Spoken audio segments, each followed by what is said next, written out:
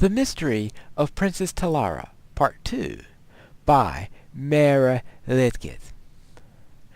Last time we saw Talara, she fell off of a cliff and towards the water. I wonder what happened to her since that last time. It's time to find out. She felt nothing. Darkness enveloping her body and mind. Pain surged through her leg, and with that sensation, a great feeling of cold washed over her. She opened her eyes and saw that she was drowning. Her left leg would not move at all, but using her right one and her arm, she pulled herself up towards the moons above.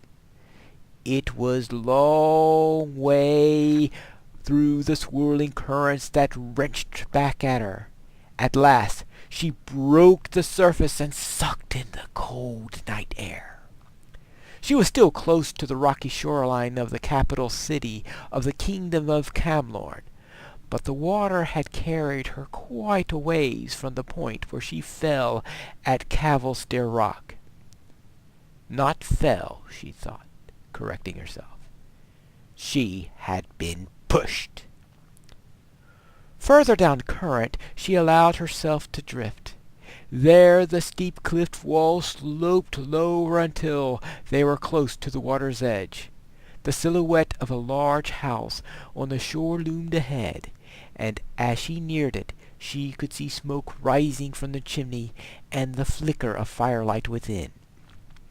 The pain of her leg was great, but greater still was the chill of the water.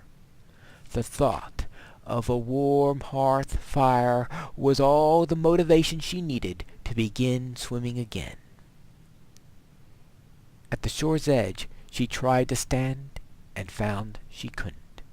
Her tears mixed with the sea water as she began to crawl across the sand and rock. The simple white sheet which had been her costume at the flower festival was tattered and felt like a weight of lead across her back. Beyond the point of exhaustion, she fell forward and began to sob. "Please," she cried, "if you can hear me, please help." A moment later, the door to the house opened, and a woman stepped out. It was Ramke, the old lady whom she had met at the flower festival, the one who had started and said, "It's her!" even before she knew who she was. By contrast, when the old woman came to her, this time there was no glimmer of recognition in her eyes. "By Sith, are you hurt?" Ramke whispered, and helped her up, acting as her crutch. "I've seen that gown before. Were you one of the dancers at the flower festival tonight? I was there with Lady Gelia Reyes, the daughter of the king." "I know. She introduced us," she groaned.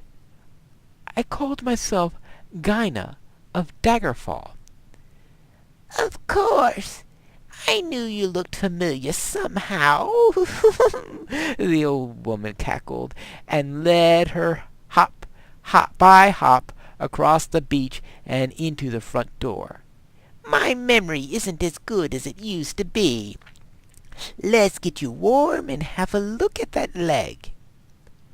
Ramke took Gyna's soaking rags and covered her with a blanket as she sat at the fire. As the numbness of the chill water began to leave her, it cruelly abandoned her to the intense agony of her leg. Until then, she had not dared to look at it. When she did, she felt vomit rise at the sight of the deep gash, fish-white dead flesh, plump and swollen. Thick arterial blood bubbled up, splashing onto the floor in streams.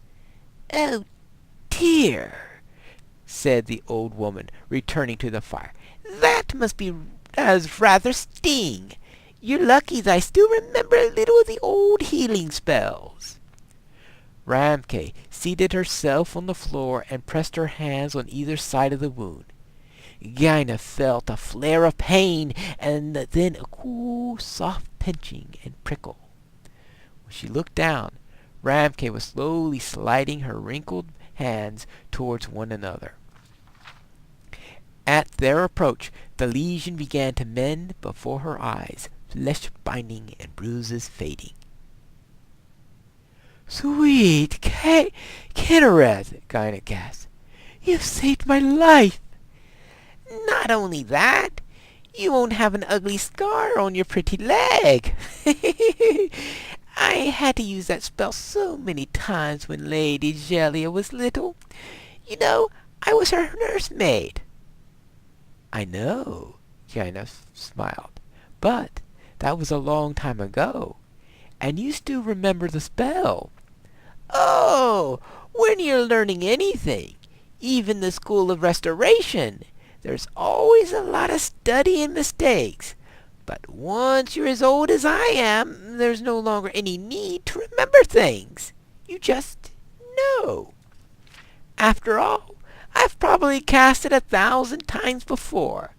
Little Lady Gelia and the little Princess Talara was always getting cut and bruised. Small wonder the way they was always climbing all over the palace." Gina sighed. "You must have loved Lady Gelia very much." "I still do," Ramke beamed. "But now she's all grown and things are different. You know, I didn't notice it before because you were all wet from the sea, but you look very much like my lady. Did I mention that before when we met at the festival?" "You did," said Gina. "Or rather, I think you thought I looked like Princess Talara." "Oh! It would be so wonderful if you were the princess returned," the old woman gasped. "You know, when the former royal family was killed, and everybody said the princess was killed, though we never found the body, I think the real victim was Lady Gelia. Her little heart just broke, and for a while it looked like her mind did too." "Oh, what do you mean?" asked Gina. "What happened?" "I don't know if I should tell a stranger this, but it's fairly well known in Camelot, and I really feel like I know you."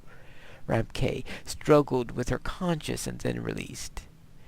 "Gelia saw the assassination, you see. I found her afterwards, hiding in that terrible blood-stained throne room, and she was like a little broken doll. She wouldn't speak.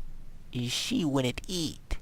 I tried all my healing spells, but it was quite beyond my power, so much more than a scraped knee.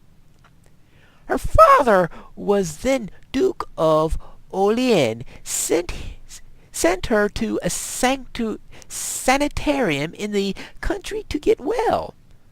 "Oh, that poor little girl!" cried Gina. "It took her years to be herself again," said Ramke, nodding. "And in truth, she never really returned altogether. You wonder why her father, when he was made king, didn't make her his heir? He thought that she was still not exactly right, and in a way, as much as I would deny it, he's correct to think so. She remembered nothing. Nothing at all." "Do you think," Gina considered her words carefully, "that she would be better if she knew that her cousin, the Princess Talara, was alive and well?" Ramke considered it. "I think so, but maybe not.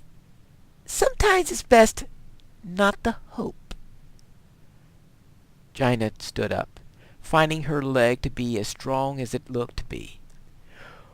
Her gown had dried, and Ramke gave her a cloak, insisting she protect herself against the cold night air. At the door, Gina kissed the old woman's cheek and thanked her, not only for the healing spell and for the cloak, but for everything else of kindness she had ever done. The road close to the house went north and south. To the left was the way back to Camlorn, where secrets lay to which she alone held the key. To the south was Daggerfall, her home for more than 20 years.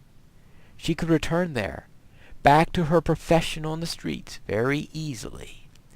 For a few seconds she considered her options, and then made her choice.